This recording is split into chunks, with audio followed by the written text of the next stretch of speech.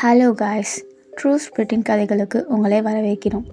இன்றைக்கி வீடியோவில் நம்ம என்ன உண்மை சம்பவத்தை பற்றி பார்க்க போகிறோம் அப்படின்னா, தி அன்சால்வ்டு வில்லிஸ் ஹாக்ஸ் மர்டர். இந்த கொலை வழக்கு பற்றி தான் நம்ம இன்றைக்கி வீடியோவில் பார்க்க போகிறோம். டைம் வேஸ்ட் பண்ணாமல் நேராக வீடியோக்குள்ளே போயிடலாம் வாங்க.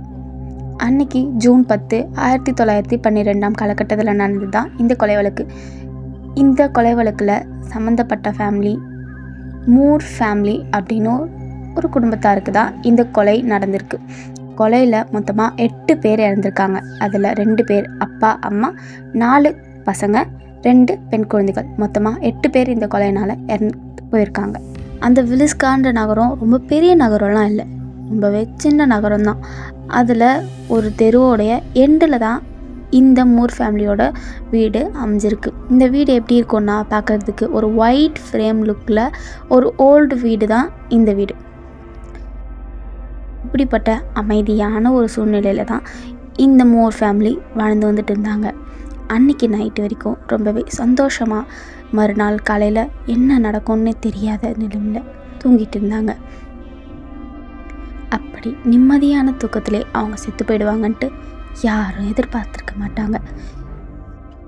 அன்றைக்கி ஜூன் 10, 1912 ஜாரா மூர் இவங்க 2 பேருமே மேலே, அதாவது அப்ஸ்டேர்ஸில் நிம்மதியாக தூங்கிட்டு இருக்காங்க. அதே சமயத்தில் கீழே டவுன் ஸ்டேர்ஸில் பார்த்திங்கன்னா அவங்களுடைய 4 குழந்தைங்களும் தூங்கிட்டு இருந்தாங்க. அந்த ரூமுக்கு பக்கத்துலேயே தான் ஹாலும் இருக்குது. மேலே ஃபஸ்ட் ஃப்ளோரில் ஒரு கெஸ்ட் ரூம் இருக்குது. அங்கே தான் அந்த 2 பெண் குழந்தைங்களும் தூங்கிட்டு இருந்தாங்க. இப்படி அவங்க ரொம்ப நிம்மதியாக தூங்கிட்டு இருந்த அந்த நேரம் இந்த வீட்டில் பூட்டப்படாத ஒரு கதவு மூலிமா ஒரு அன்னோன் பர்சன், அதாவது ஒரு ஸ்ட்ரேஞ்சர் உள்ளே நுழையிறான். அப்படி உள்ளே நுழைஞ்ச அந்த அன்னோன் பர்சன் என்ன பண்ணுறான்னா, அவனுக்கு சைடில் ஒரு எண்ணெயில் எரியிற ஒரு விளக்கை பார்த்துருக்கான். அந்த விளக்கை அவனோட ஒரு கையில் எடுத்துக்கிறான்.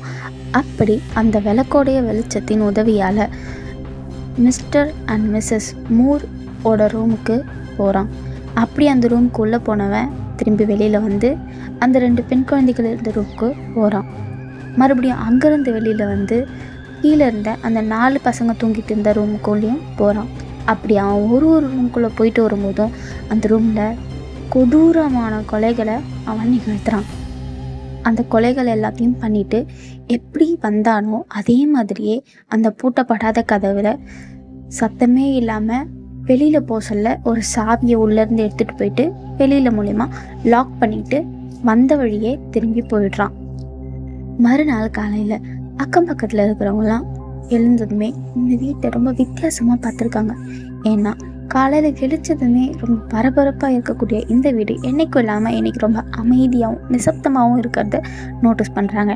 இது எல்லாருக்குமே ரொம்ப வித்தியாசமாக இருக்கிறதுனால ஏதோ தப்பாக இருக்குது அப்படி சொல்லிட்டு உணர்ந்த மக்கள் என்ன பண்ணுறாங்கன்னா, ஜோவோட பிரதருக்கு கால் பண்ணி சொல்கிறாங்க, இந்த மாதிரி உங்கள் வீடு ரொம்ப வித்தியாசமாக இருக்குது, யாருமே எழுந்துச்சு இன்னும் காலையிலேருந்து வெளியில் வரல, ஸோ ஏதோ ஒரு பிரச்சனை இருக்குதுன்னு நினைக்கிறேன், நீங்கள் என்னன்னு பாருங்கள் அப்படி சொல்லிட்டு சொல்கிறாங்க.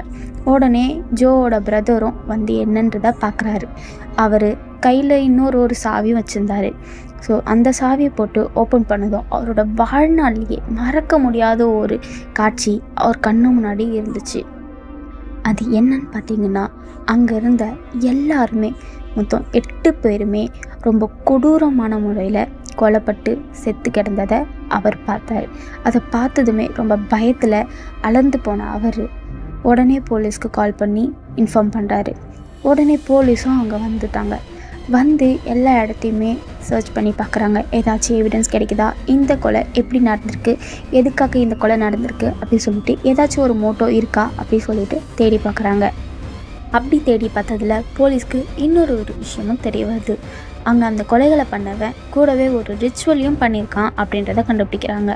அந்த ரிச்சுவல் பண்ணுறதுக்காக வீட்டில் இருக்கிற எல்லா ஜன்னல் கண்ணாடிகள் எல்லாத்துலேயுமே அவன் துணிகளை வச்சு மூடி வச்சுருக்கான். அதே மாதிரி அந்த ரிச்சுவலை பண்ணிவிட்டு கொலை செய்யப்பட்ட எல்லாரோடைய முகத்துலேயும் பேப்பரையும் துணிகளையும் வச்சு மூடியிருக்கான். அதுக்கப்புறம் ஒரு ரூமில் ஒரு பவுலில் தண்ணியையும் கண்டுபிடிக்கிறாங்க. அந்த தண்ணி ஃபுல்லாக ரத்தம் படிஞ்ச மாதிரி இருக்குது.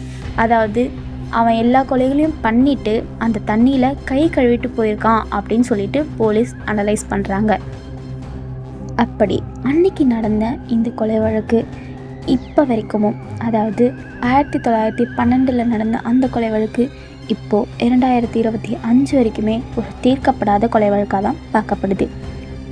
இப்போது அந்த வீடு இப்போவுமே நைட் நேரத்தில் போய் பார்க்கும்போது ரொம்ப பயம்படுத்துகிற மாதிரி, ரொம்ப அமைதியாகவும் இருள் சூழ்ந்தபடியும் காணப்படுது. இந்த வீடியோ உங்களுக்கு பிடிச்சிருந்தா மறக்காமல் லைக் பண்ணிக்கோங்க. ரொம்ப பிடிச்சிருந்தா ஷேர் பண்ணுங்கள். இந்த மாதிரி வீடியோக்களை தொடர்ந்து பார்க்கறதுக்கு மறக்காமல் இந்த சேனலை சப்ஸ்கிரைப் பண்ணி வச்சுக்கோங்க. தேங்க்ஸ் ஃபார் வாட்சிங்.